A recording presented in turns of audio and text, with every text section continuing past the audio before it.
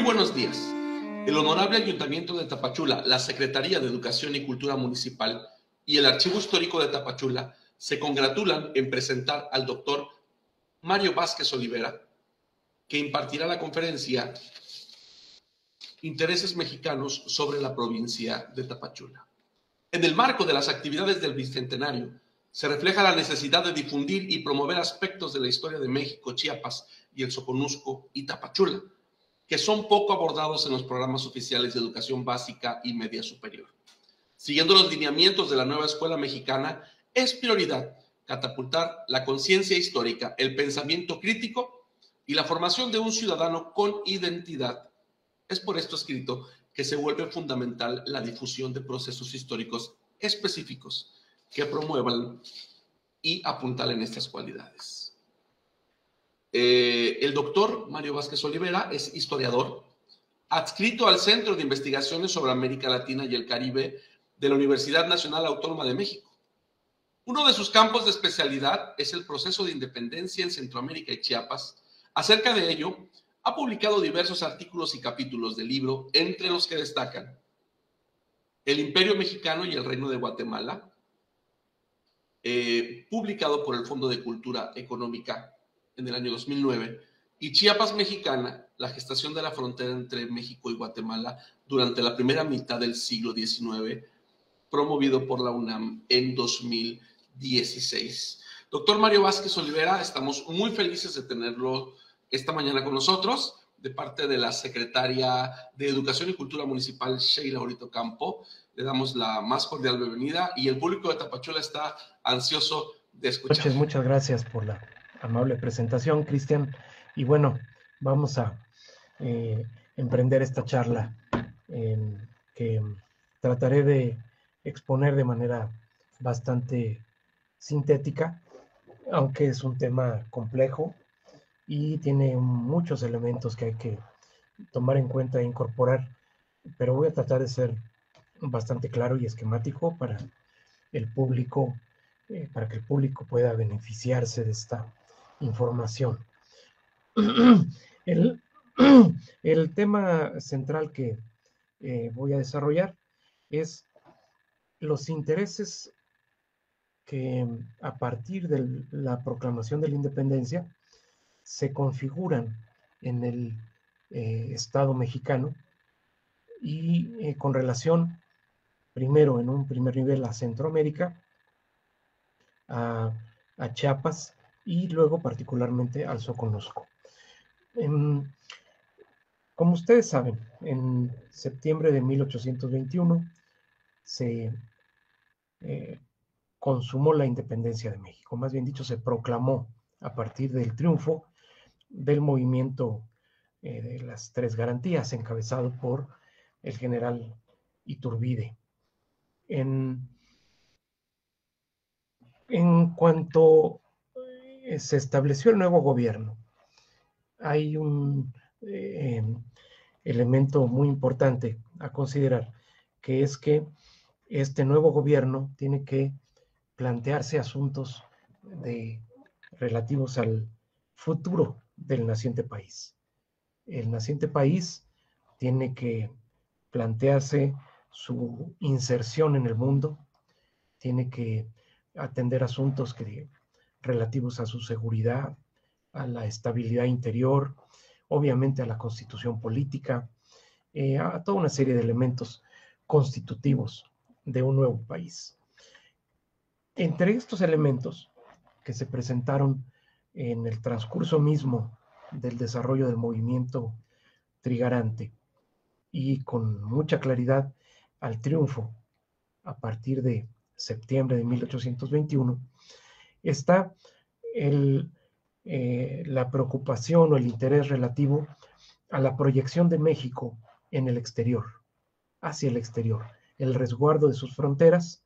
Un tema muy importante fue la preocupación por los territorios del norte, pero también su expansión o su proyección hacia Centroamérica y el Caribe.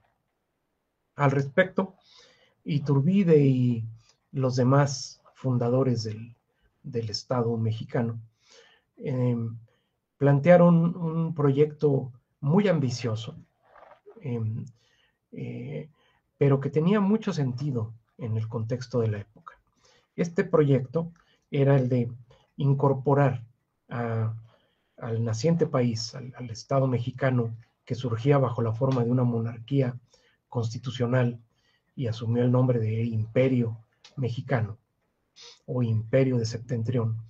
La idea, precisamente para darle sentido al concepto del imperio, era aglutinar y colocar bajo la autoridad de México a los inmensos territorios que habían comprendido la Nueva España, que abarcaban desde las lejanas provincias del norte, ¿no? De Nuevo México, California, Texas, hasta, y aquí viene la parte que tiene que ver con Centroamérica y el Caribe, se plantean la incorporación plena de las provincias centroamericanas al Imperio Mexicano, y también se plantean que en un futuro próximo Cuba y Puerto Rico también se sumaran al Estado mexicano.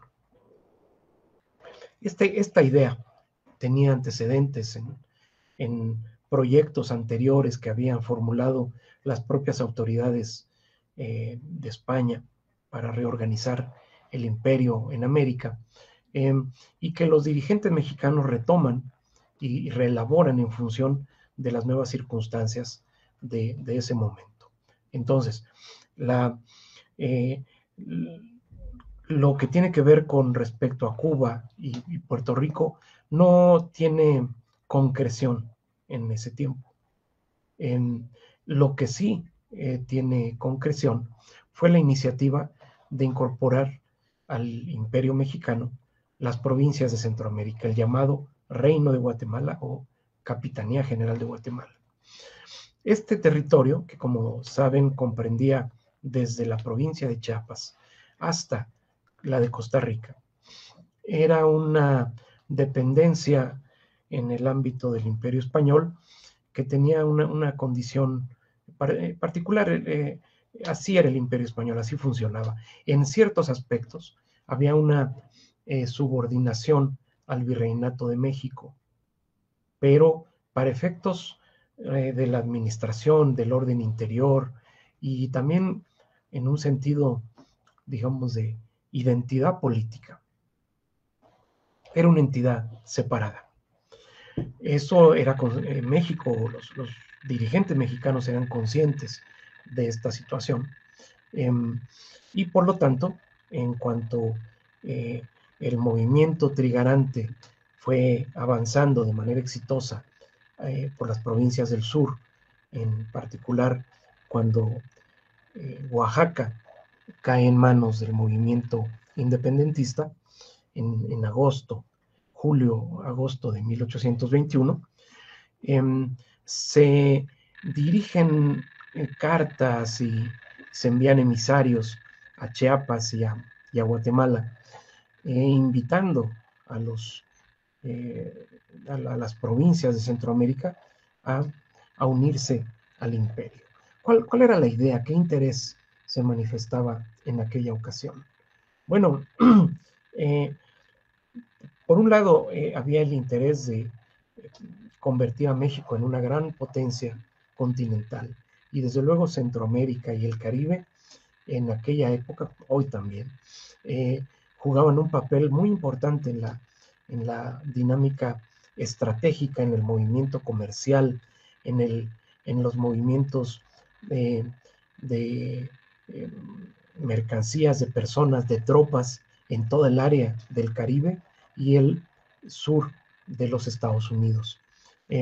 Asimismo, Centroamérica parecía llamada a ser el lugar donde se podría construir un camino que comunicara al Océano Atlántico con el Pacífico, y entonces abrir una ruta para el comercio mundial extraordinaria.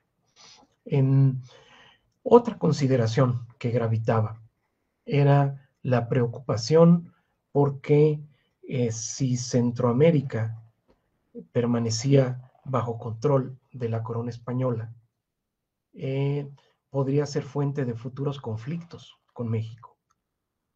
Podría ser la puerta de entrada de una posible invasión de reconquista. Y otro escenario que también se preveía era que en el caso de que Centroamérica se convirtiera en una república independiente, pudiera haber algún tipo de alteración regional que afectara de una u otra manera al Estado mexicano. Había una condición particular de la provincia de Chiapas. Chiapas era la provincia que colindaba con el virreinato de la Nueva España. Y desde luego, por siglos había pertenecido al reino de Guatemala. Pero era una provincia, si de por sí la capitanía de Guatemala era una región marginal y relativamente pobre en el marco del imperio español en América, Chiapas era una provincia marginal en el contexto de la propia capitanía de Guatemala. Es decir, era una provincia marginal con respecto a los principales circuitos económicos de la capitanía, que estaban más bien orientados hacia el lado del Caribe, en la ruta comercial se dirigía hacia el Atlántico. Chiapas, que estaba completamente a espaldas. Por otra parte, era una provincia con poca población, tenía alrededor de 100,000 habitantes, si no son cifras exactas, además con una alta proporción de población indígena, con una división étnica muy marcada y con una economía débil. En ese sentido, para los líderes chiapanecos, la posibilidad de tener un mayor desarrollo económico, de poder tener fuentes de enriquecimiento, no estaban tan relacionadas con el vínculo con Guatemala, sino fundamentalmente había una expectativa de que, uniéndose al virreinato novohispano, pudieran estrecharse las relaciones comerciales con Tabasco, con Oaxaca y con Veracruz. Hay que recordar que en aquel tiempo el comercio dentro de las propias provincias del Imperio Español se veía limitado por una serie de impuestos. Para los chiapanecos, comerciar con Tabasco, con Oaxaca, representaba pagar un impuesto más alto que comerciar con Guatemala. En ese sentido, hubo, desde antes de la proclamación de la independencia, hubo ya la manifestación de ideas en Chiapas con respecto a separarse de la capitanía de Guatemala y agregarse al virreinato de la Nueva España. Cuando viene el movimiento de Iturbide y se plantea esta posibilidad de incorporación al Estado mexicano, en las provincias de Centroamérica hay diversas reacciones. Por ejemplo, los chiapanecos, me refiero con ello a los dirigentes de la provincia, manifestados y acuerpados políticamente en torno a sus ayuntamientos, sobre todo a los ayuntamientos de las cabeceras de la provincia, y en particular de las principales cabeceras, que eran Comitán, Tuxtla, Ciudad Real y Tapachula, manifiestan su anuencia y proclaman, como es bien sabido en Chiapas, la unión al Imperio Mexicano entre agosto y septiembre de 1821. Bueno, a partir de ahí se dispara también la proclamación de la independencia en Guatemala el 15 de septiembre y sucesivamente en las distintas provincias de Centroamérica. Unas de estas provincias están de acuerdo a la unión con México, otras no, surgen conflictos que no vamos aquí a mencionar porque nos llevarían por otro rumbo y nos tomaría demasiado tiempo. Lo que cabe anotar simplemente es que entre finales de 1821 y principios de 1823, la capitanía de Guatemala, las provincias centroamericanas, formaron parte del Imperio Mexicano. Una anotación que vale la pena aquí, de toda esta coyuntura, que vale la pena aquí mencionar, es la siguiente. Cuando sucede todo esto, en México, en realidad se tenía muy poco conocimiento de la realidad centroamericana. Había muy poca información, es un dato muy importante. No se sabían datos precisos, no se conocía de primera mano la realidad económica, política, social, geográfica, las comunicaciones, la geografía de, de, de la capitanía guatemalteca. Cuando se establece esta unión, por primera vez funcionarios mexicanos y militares mexicanos llegan a Chiapas, llegan a Guatemala, toman conocimiento directo de la región, se dan cuenta de los enormes problemas que acarrea este vínculo. Es una relación que está atravesada todos estos meses que duró la unión. Se desatan conflictos, enfrentamientos, incluso de carácter militar en la capitanía. Y la autoridad mexicana tiene el dilema, ¿verdad? Para mantener la unión de toda Centroamérica al Imperio Mexicano, era necesario hacer una inversión muy grande en términos de dinero, recursos financieros, y también era necesario hacer un movimiento de tropas considerable. Las tropas que llegaron de México a Centroamérica en aquella coyuntura eran apenas unos 500 soldados, de manera que no eran suficientes para tener control, dar seguridad a los puntos estratégicos y mantener el orden interno del territorio. México estaba incapacitado para llevar a cabo una empresa de ese tamaño. El Imperio Mexicano entra muy pronto en una crisis económica, financiera, más financiera que económica, una crisis también política.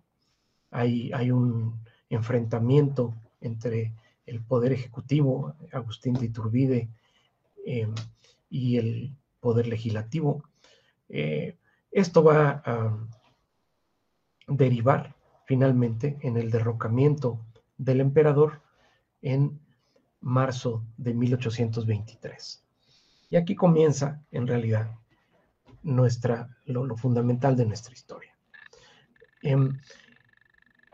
Cuando es derrocado el emperador Iturbide, en las provincias centroamericanas, que al principio habían tenido bastante entusiasmo por la unión a México y habían albergado expectativas importantes, reina entonces la desolación. ¿Sí? ¿Qué hacer? Si cayó Iturbide, ¿qué perspectiva existe al lado de México? Hay el temor de que en México estalle la guerra civil. En Centroamérica, los partidarios y enemigos de la Unión a México continúan en polémica y deciden convocar un congreso para para decidir el destino de las provincias. En este congreso, que se reúne en la ciudad de Guatemala, junio de 1823, se resuelve separarse del Estado mexicano y constituir a las provincias de Centroamérica como una república independiente.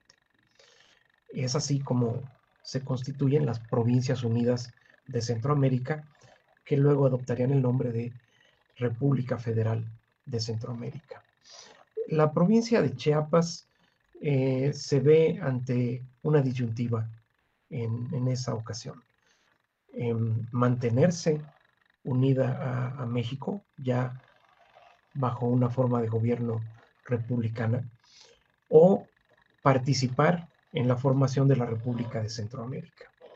Como se sabe bien en Chiapas, este dilema dio lugar a que durante un año y medio más o menos, la provincia de Chiapas permaneciera en lo que, a ver, como ni siquiera tiene nombre, ¿verdad? En un estado de autonomía, que permaneciera sin estar sujeta a la autoridad ni de México ni de Guatemala, en lo que se tomaba una decisión. Para tomar esa decisión, los dirigentes de los distintos distritos de la provincia, 12 distritos, se reunieron en una junta, votaron. Esto sucedió en junio de 1823. La votación resultó empatada y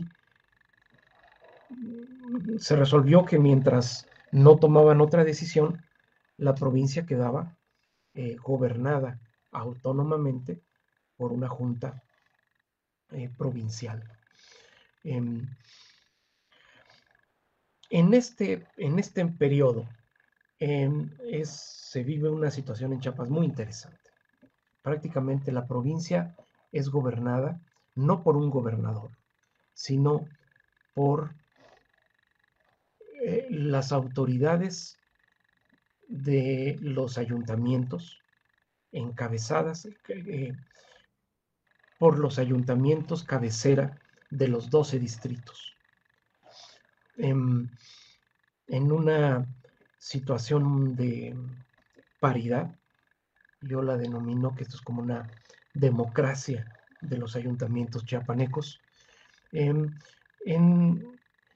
buscando una manera de resolver este dilema. Algunos están a favor de unirse a la República Mexicana y tienen argumentos, fundamentalmente alegan que para los intereses económicos de la provincia es mejor unirse a la República Mexicana. Otros, en cambio, consideran que los vínculos históricos con Guatemala son mucho más importantes y que en el lado mexicano hay mucha incertidumbre.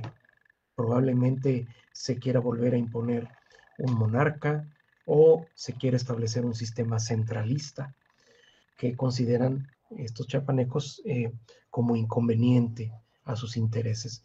En el caso particular del Soconusco, es donde gravitan con mayor fuerza los vínculos históricos con el occidente de Guatemala. Entre el Soconusco y Quetzaltenango hay una integración, hay una vinculación económica, familiar, cultural, que desde luego hace que la opinión y el voto de los soconusquenses en aquella coyuntura se incline a favor de la unión a la República Centroamericana. Ahora bien, esto es una decisión que van a tomar los chiapanecos, digamos, de manera autónoma y en acuerdo político.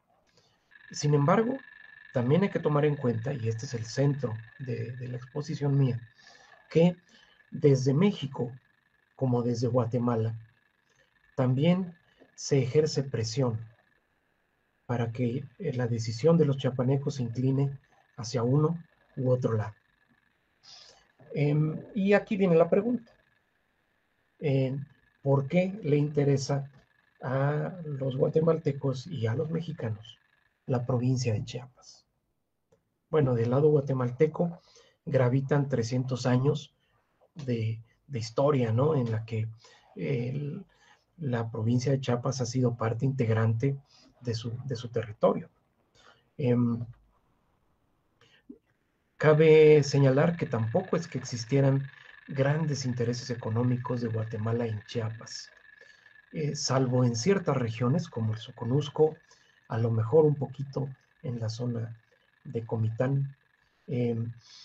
No hay, hoy diríamos, inversión de capital guatemalteco o vínculos familiares entre las élites de uno y otro lado, pero sin embargo hay en términos históricos una relación de pertenencia, de identificación de Chiapas con el reino de Guatemala. Otro elemento importante es que en Guatemala hay en la fundación de la República de Guatemala, en este equilibrio de grupos y tendencias políticas, hay una marcada tendencia liberal federalista que predomina en el Congreso. Y los liberales federalistas en la provincia de Chiapas también por eso se inclinan a favor de la unión con Centroamérica. Tienen identidad con sus correligionarios, a los cuales además muchos de ellos conocen, fueron compañeros de universidad o tienen relaciones familiares. En el caso de los partidarios de la Unión a México, mayormente van a ser personas y familias afincadas en torno a la capital, Ciudad Real, y van a ser quizá más gente de la élite provincial, gente de las jerarquías eclesiásticas, de los altos funcionarios de la administración, y que tienen una tendencia ciertamente, hoy diríamos, un tanto más conservadora, y que buscan la vinculación a México a toda costa. Ahora bien, en México también se manifiestan intereses. Y esto es muy interesante. Yo a lo largo de mis investigaciones de mucho tiempo, me percaté de una cuestión que poco se menciona. Si uno lee los periódicos de la capital mexicana, que son muy influyentes en aquel momento, El Sol y La Águila Mexicana, son los dos principales periódicos de la capital y que circulan en todo México. En el año 23 y principios del 24, hay una cantidad de noticias y de referencias y de avisos y de correspondencia y se publican decretos con relación a Chiapas y a la situación de Centroamérica. Uno dice, caray, qué raro, ¿no? Que se preste tanta atención en los periódicos de la capital mexicana a este tema. Asimismo, en el Congreso mexicano se manifiesta toda una serie de disposiciones parlamentarias y hay diputados que suben a la tribuna a decir, a intervenir con vehementes discursos en torno al tema de Chiapas. Algunos de los principales líderes políticos de aquel momento, por ejemplo, Lucas Alamán, que llega a ser secretario de Relaciones, o Fray Servando Teresa de Mier, o Carlos María de Bustamante, Lorenzo de Zavala, por decir algunos de los más connotados líderes políticos y parlamentarios de ese momento, van a tener un gran interés en que Chiapas se una a la República Mexicana. Y aquí la pregunta es esa, precisamente, ¿por qué? ¿Cuáles son los elementos que configuran dicho interés. Yo, este es un tema, esta presunta existencia de intereses del naciente Estado mexicano sobre Chiapas, es un tema que la historiografía tradicionalmente dejó de lado. Ninguno de los grandes autores de las historias sobre el tema tocó este punto. Era más bien algo que mantuvieron mucho tiempo a la sombra, ¿no? Que lo ocultaban. Y yo me puse a investigar por qué. Porque nadie mencionaba el carácter de estos intereses. Y todo el mundo decía, la unión a México se produjo básicamente porque los chiapanecos votaron y decidieron unirse a la República Mexicana. Pero también consta en la documentación oficial que desde el gobierno de México se tomaron decisiones, se ejercieron presiones, hubo cierto tipo de chantaje, amenaza de enviar tropas, presiones de este tipo que gravitaron en esta decisión. Y estas presiones obedecieron a un interés. Ciertamente había una identificación entre los mexicanistas chiapanecos y las autoridades de la República Mexicana. Y en ese sentido había un vínculo político.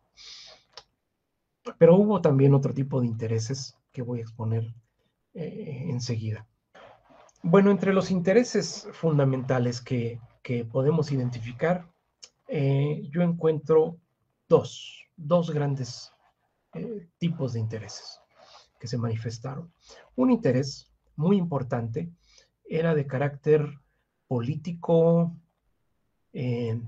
digamos, y estratégico con relación a la política interior de México. Cuando se forma la República Mexicana, hay una gran tensión, porque si bien hay un acuerdo en el año 23 de que se forme una república, no se ha decidido el tipo de relación política interna que habría de sustentar al nuevo régimen. Iba a ser una república centralista o una república federal. Y hubo una gran discusión en torno a este tema. Algunas provincias se manifestaron particularmente radicales en cuanto al establecimiento del sistema federal. Incluso llegaron a, a, a sostener o prácticamente a advertir que si no se adoptaba el sistema federal, se separarían de la República. ¿Qué provincias fueron las que plantearon esto? Bueno, provincias importantísimas. Por ejemplo, Jalisco. Por ejemplo, Oaxaca. Por ejemplo, Yucatán. Que acuérdense que en aquel tiempo Yucatán abarcaba también Campeche. ¿Sí? Esto llegó a casi a un punto de ruptura. No hubo una guerra en aquel momento, pero sí hubo movimientos de tropas, sí hubo disputas, sí hubo tensión muy fuerte entre el gobierno del centro, encabezado por el presidente Guadalupe Victoria y Lucas Alamán como secretario de Relaciones, y los gobiernos provinciales que acabo de mencionar. Por ejemplo, Oaxaca buscó establecer una alianza con Yucatán bajo la advertencia de que si se declaraba el centralismo, estas dos provincias podrían separarse y formar una república aparte. En este contexto, para el gobierno mexicano, tener aliados en Chiapas resultó muy importante y se llegó a manifestar en estos términos. Lucas Alamán, el secretario de Relaciones, que equivalía a la Secretaría de Gobernación y la Secretaría de Relaciones Exteriores unidas, es decir, era una secretaría muy, muy importante. Pero también la Secretaría de Guerra tuvieron manifestaciones muy claras en este sentido. Era muy importante para el mantenimiento de la unidad de la República que Chiapas se incorporara a México. ¿Por qué? Decían, bueno, porque Chiapas está colocada justamente, es un punto céntrico entre provincias importantes donde se manifiestan tendencias eh, a la separación, como son Yucatán por un lado, Oaxaca por el otro. En ese sentido, Chiapas era clave. Pero hay también otro elemento que se manifiesta de manera paralela. Esto, perdónenla un poquito más, vaya, lo digo sin falsa modestia, es un hallazgo que yo hice en la investigación hace bastante tiempo, y sobre esto en mis libros hay una explicación detallada. ¿Sí? Cómo al mismo tiempo que se está buscando la unión de Chiapas a la República Mexicana, los mismos políticos y militares que están impulsando la unión y diputados que están impulsando esta unión, ellos mismos están también planteando un proyecto estratégico importantísimo para la República Mexicana, que es la construcción de un paso entre, para conectar a ambos océanos a través del istmo de Tehuantepec. El proyecto de Tehuantepec fue central en aquellos años en las expectativas económicas del nuevo país. Era un proyecto que se venía manejando desde tiempos de la colonia. Es un proyecto antiguo, pero que generó gran expectativa a finales del periodo colonial y en los primeros años de vida independiente. La idea era que en el istmo de Tehuantepec se pudiera establecer una ruta, ya fuera fluvial, en partes y en partes por tierra, que pudiera dar movilidad a personas y mercancías del Golfo de México al Golfo de Tehuantepec.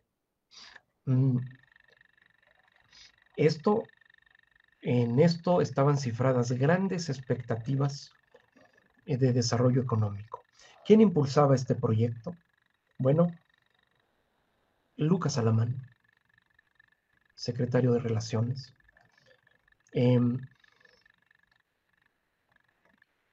¿Quién más? Manuel Mier Terán.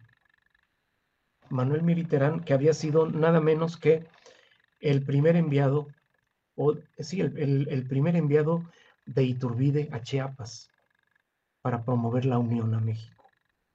Sí, o sea, Mier Terán había estado involucrado en aquel proyecto y también en este.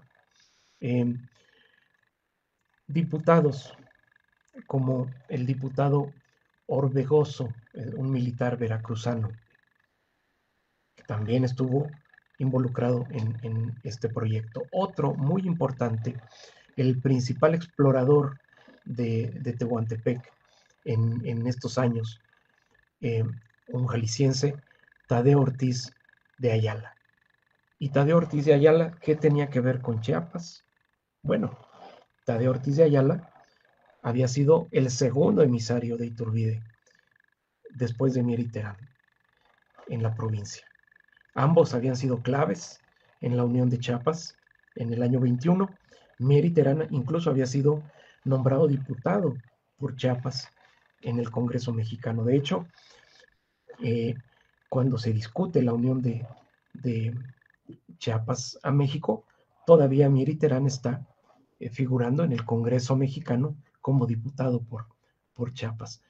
En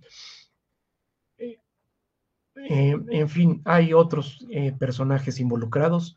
El general Bustamante, José Javier Bustamante, que es nada menos que enviado también a Chiapas en el año 24 y nombrado comandante militar. Bueno, él también había estado involucrado en el proyecto de Tehuantepec. Son dos proyectos que se desarrollan de manera paralela. Cuando encuentro esta vinculación, me parece a mí, me saltó a la vista una relación inevitable entre la idea estratégica de construir el paso por Tehuantepec y la importancia que entonces adquiere la provincia de Chiapas, porque precisamente como es apreciable a simple vista en el mapa, pues Chiapas es también una provincia ístmica, ¿sale? Es una provincia ístmica, está justamente en el borde del istmo de Tehuantepec. Hay una importantísima región de Chiapas que es la región istmo, y hay, como ustedes bien conocen, una facilidad de comunicación a través de, por el camino, por diversas partes de diversas rutas que convergen precisamente por el lado de Tonalá, tanto la ruta del antiguo Camino Real que viene de los Altos de Chiapas hacia Oaxaca, pero también la ruta que viene de Tapachula, de Guatemala a Tapachula hacia Oaxaca, y que convergen precisamente y comunican, convergen en el área de Tonalá y comunican precisamente con Tehuantepec de manera bastante directa. Entonces es muy importante para los que están impulsando el proyecto de la ruta de Tehuantepec como una palanca fundamental para el desarrollo de México en términos económicos. Es muy importante tener control de los territorios aledaños a, a, al área del istmo. Bueno, esta es la principal tesis, ¿verdad? Cuando se realiza el llamado plebiscito, que da como resultado la unión de Chiapas a México, ustedes, los tapachultecos, conocen bien esta historia. El ayuntamiento de Tapachula, a nombre y representando a los ayuntamientos y con el concurso de los demás ayuntamientos del distrito de Soconusco, se declara inconforme y poco antes de que se concrete esta decisión, el Soconusco declara su separación de Chiapas y su incorporación a la República Centroamericana. Esta situación va a dar origen a lo que también conocen muy bien los soconusquenses, un periodo de casi 20 años, ¿no? En que el Soconusco estuvo en una condición, entre comillas, así se le denominó en la época, de neutralidad. Es decir, que el Soconusco no pertenecía a la República Centroamericana ni a la República Mexicana. La incorporación del Soconusco a la República Centroamericana motivó una reacción de rechazo por el gobierno mexicano, que de inmediato reclamó que el Soconusco era parte del territorio nacional y demandó que se reincorporara inmediatamente a Chiapas, y para presionar esta decisión dispuso el envío de tropas a Tonalá al mando del general Anaya, y por su parte el gobierno de Guatemala reaccionó también de manera similar enviando tropas guatemaltecas al Soconusco. Estuvo a punto de estallar la guerra en 1825 entre ambas repúblicas por este motivo, pero para evitar la guerra, ambos gobiernos establecieron un pacto diciendo: mientras resolvamos este asunto por medios políticos, diplomáticos, el Soconusco quedará en condición de autonomía. Ellos esperaban que este pacto, que este acuerdo se llegara, se resolviera en términos de meses. Y sin embargo, como ustedes bien saben, en Tapachula, esta situación se prolongó casi 20 años, hasta que en 1842, por órdenes del presidente de México de aquel momento, Antonio López de Santa Anna, eh, tropas provenientes de la capital chiapaneca ocuparon el Soconusco militarmente e impusieron por la fuerza la unificación del distrito al territorio mexicano. ¿Qué otra coincidencia hay en el año 42 cuando esto sucedió? Bueno, justamente el general Santana en el año 42 acababa de hacer un acuerdo con un empresario de nombre Pedro Garay, que había adquirido los derechos de la concesión para la construcción de la ruta a través de Tehuantepec.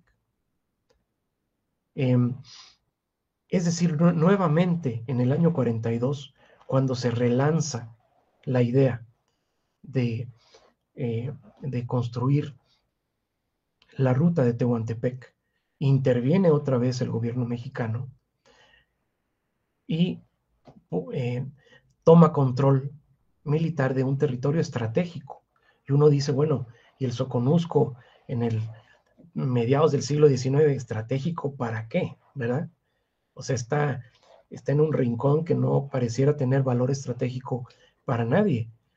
Y sin embargo, para los intereses relativos a la construcción de la ruta de Tehuantepec era altamente estratégico. Desde luego, ante esta ocupación, el gobierno de Guatemala reaccionó también con mucha airadamente, ¿verdad? Reclamó esta ocupación como un agravio a su soberanía, pero tampoco en esa ocasión se llegó al enfrentamiento militar. Lo que queda de aquella ocupación militar, como ustedes bien saben también, tapachultecos, es una sensación de agravio, de molestia que perduró y todavía perdura en algunos sectores de la sociedad guatemalteca, un resentimiento de carácter nacionalista.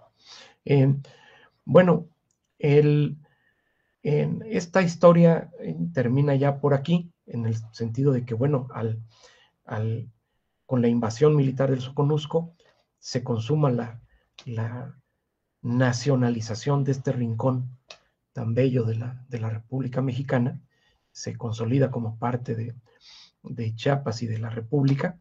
El proyecto de Tehuantepec, sin embargo, nunca se concretó. Se hicieron inversiones, se reanudaron las exploraciones, se volvió a generar expectativa. De hecho, se estableció una ruta que se usó durante algunos años. Tehuantepec se convirtió en una ruta que efectivamente por ahí transitaron mercancías y personas. Sobre todo, era una ruta muy práctica para los norteamericanos porque podían comunicarse los estadounidenses del lado este, la costa este de Estados Unidos, que deseaban trasladarse a la costa oeste, hacia California. Entonces, en aquel tiempo que todavía atravesar el territorio de Estados Unidos por tierra era peligroso por la existencia todavía de grupos indígenas no sometidos. Entonces, la ruta de Tehuantepec se utilizó todavía algunos años. Les digo que esta historia termina aquí, aunque no termina aquí. Esta historia, bueno, termina por un lado con repito, con la incorporación definitiva de Soconusco y la consagración de la mexicanidad en el sentido político de Chiapas, Pero, como ustedes bien saben, el proyecto transísmico es un proyecto vivo. Cuando estamos hablando de esta historia, estamos hablando, sí, de algo que sucedió hace 150, 200 años, pero sin embargo es un tema de actualidad, porque el proyecto del tren transísmico que ha cobrado fuerza en años recientes y que parece que se va a concretar eh, próximamente, será una realidad.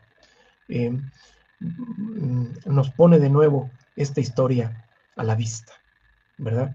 Nuevamente con el proyecto transísmico, el Soconusco cobra una relevancia todavía mayor de la que ya tiene, ¿verdad? El Soconusco, recordemos que después de la Unión a México, el Soconusco pasó un periodo de turbulencia, de precariedad, de, de no hallarse, sobre todo porque los vínculos con Guatemala, que habían sido tan fuertes, de repente se veían cortados, ¿verdad? Por una condición fronteriza eh, que alteraba las relaciones sociales y económicas del distrito, hasta tiempo después que hubo el desarrollo de la producción cafetalera, cuando se construyó después el ferrocarril a lo largo de la franja costera, que el Soconusco encuentra un lugar muy importante en la economía mexicana a partir de la producción eh,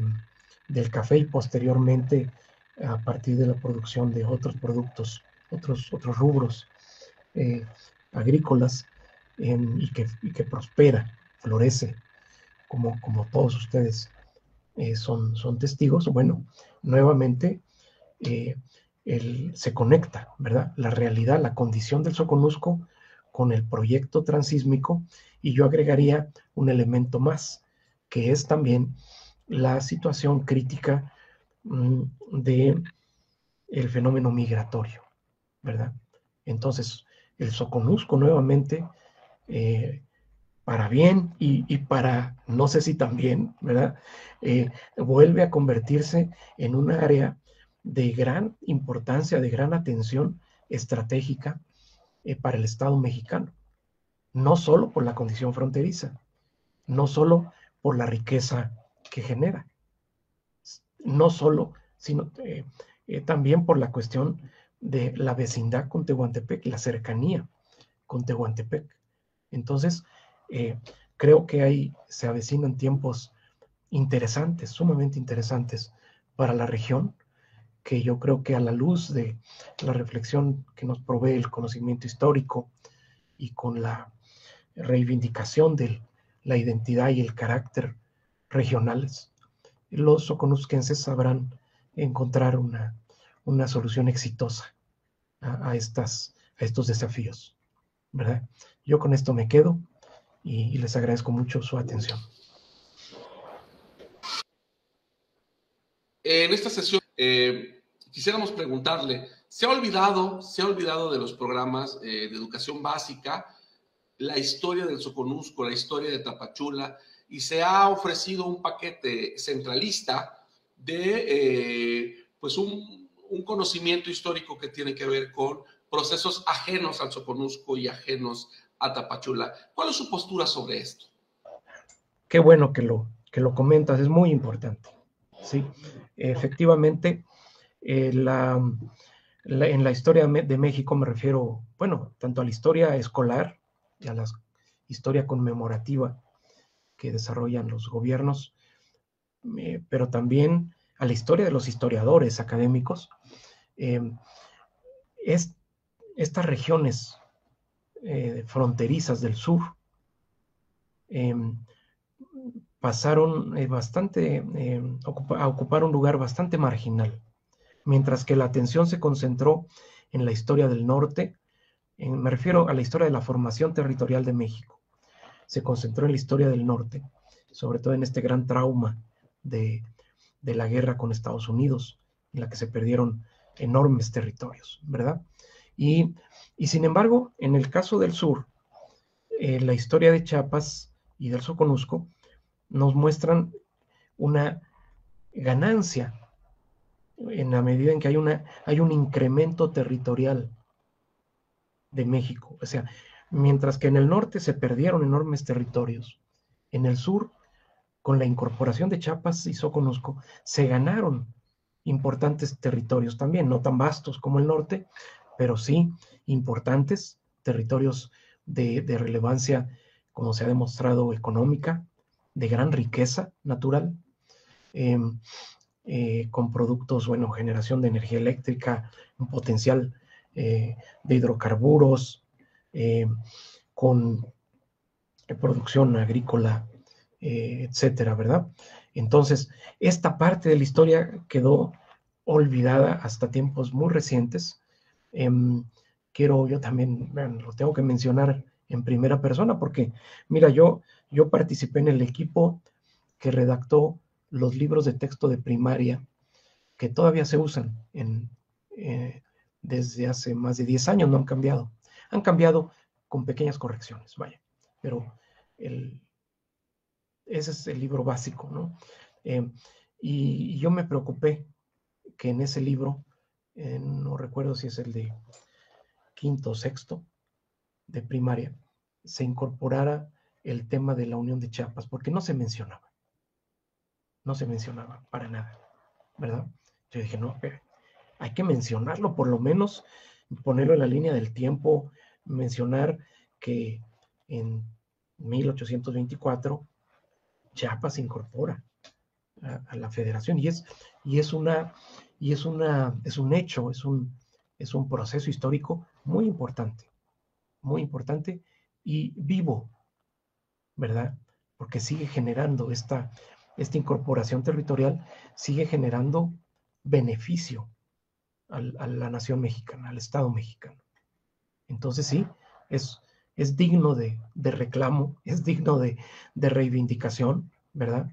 Y yo creo que en ese sentido sí, los chiapanecos han mantenido la conmemoración de manera reiterada, el 14 de septiembre, ¿no? No se ha dejado de mencionar, lo que a lo mejor vale la pena, no es no solamente que sea una fecha más de conmemoración cívica, sino que se desarrollen precisamente jornadas como esta de, de conocimiento histórico y de reflexión y y de profundización en los procesos que condujeron a esto que se conmemora. Dentro de su conferencia, doctor, es sumamente interesante cómo habla de estos vínculos históricos que tiene Tapachula y el Soconusco con Guatemala y Centroamérica. Sin embargo, bueno, por la historia de bronce, por lo institucional y por estos intereses políticos, comerciales, económicos, de los que México logró la anexión de Chiapas a su territorio, se ha exterminado el pasado, la conciencia histórica que tiene Chiapas, el Soconusco y Tapachula con Guatemala.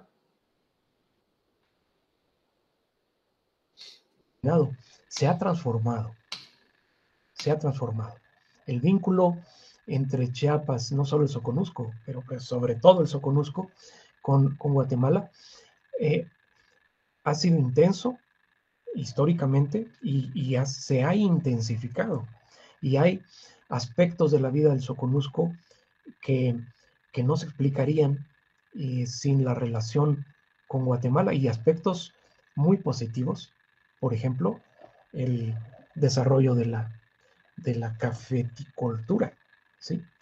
Esto viene de Guatemala y es gracias a la conexión con Guatemala que se desarrolla de manera muy exitosa, rápidamente y convierte al Soconusco en un polo económico desde tiempos del Porfiriato, ¿no? Eh, eso, y luego viene una gran relación por la comunicación a través del ferrocarril, luego viene, desde luego, todo el tema de la migración, ¿sí?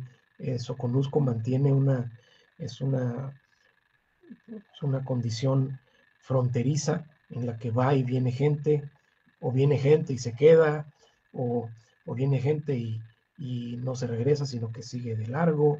En fin, hay muchos modos de conexión entre el Soconusco y Guatemala. Antiguamente eran viejas familias que tenían parentela de un lado y otro de la frontera, todavía eso existe, eh, eh, pero creo que ahora eso se ha masificado, ¿verdad? Ahora es gente de todos los niveles sociales que, que comparte esta condición fronteriza, ¿verdad? Y esta conexión. Claro que hay también una creciente influencia de la cultura y de la institucionalidad mexicana, de ambas cosas, ¿verdad? Incluso de las costumbres mexicanas. Pero me parece que hay una cultura local, unas tradiciones locales vigorosas, y qué bueno que se conserven, ¿verdad? Que le dan a Soconusco esta condición tan peculiar, ¿verdad? El Soconusco, por un lado, va más allá, que le quiero comentar de esto. Cuando uno visita el Soconusco y conoce uno también la costa sur guatemalteca y El Salvador y Nicaragua y hasta Costa Rica, la región de Guanacaste en Costa Rica, uno no nota diferencia, porque hay desde un ámbito geográfico semejante, ¿verdad? Hay un clima, hay un paisaje muy parecido y, y desde luego hay una comunicación costera, fluida de personas, de productos, de costumbres, de alimentos, qué sé yo, ¿no? De manera que uno también podría pensar en una región costera pacífica de Centroamérica que va desde el Istmo de Tehuantepec hasta Costa Rica. Y el Soconusco es parte de ella, sin dejar de ser también parte de México. Es un punto de confluencia eh, que, que con el tiempo se ha consolidado. Vaya, se ha consolidado como tal, como un punto en que confluyen vertientes geográficas, culturales, sociales, económicas. Y en ese sentido, no sé, a ustedes cómo se sienten allá, ¿no? Parte de, parte de muchos mundos. No hay que olvidar también que el Soconusco en aquel momento de crecimiento económico de finales del 19, se convirtió en un polo de atracción de diversas poblaciones de fuera, extranjeras, foráneas, extracontinentales. Soconusco Tapachula fue una población cosmopolita de finales del siglo XIX, principios del XX.